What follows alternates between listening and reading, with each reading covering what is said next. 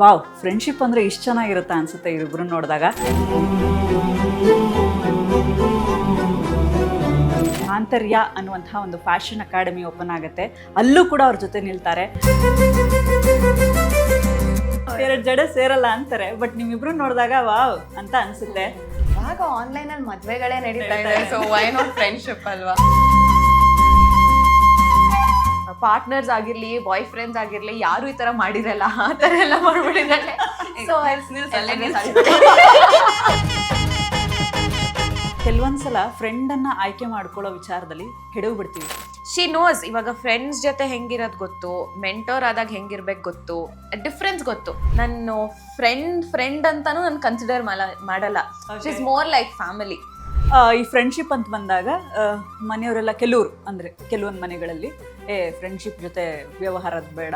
ನನಗೆ ಬಿಸ್ನೆಸ್ಸಿಗಿಂತ ಫ್ರೆಂಡ್ಶಿಪ್ ತುಂಬ ದೊಡ್ಡದಿದೆ, ಸೊ ನಂಗೆ ಕಳ್ಕೊಳಕ್ ಇಷ್ಟ ಇಲ್ಲ. ಒಬ್ಬರ ಜೊತೆ ನಾನು ಲೈಫ್ ಲಾಂಗ್ ಒಂದು ಬಾಂಡ್ ಇಟ್ಕೊಂಡಿದ್ದೀನಿ ಅಂದರೆ that is Nidhi. And I am very very happy, lucky ಅಂತಾನೆ ಹೇಳ್ಬೋದು.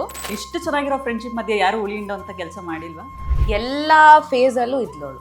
ಭವ್ಯ ಗೌಡ ಅವ್ರ ಜೊತೆ ಹೇಗೆ ಅವ್ರದ್ದು ಬಾಂಡಿಂಗ್ ಬಗ್ಗೆ ಹೇಳೋದಾದ್ರೆ, we are not in touch anymore. Ashiq ಅವರು, ಮಧುಗೌಡ ಅವರು, ಸಿರಿ ಅವರು ಒಟ್ಟಿಗೆ ರೀಲ್ಸ್ ಮಾಡ್ತಾ ಎಲ್ಲ ಜಗಳ ಆಡಿದ್ದಾರೆ.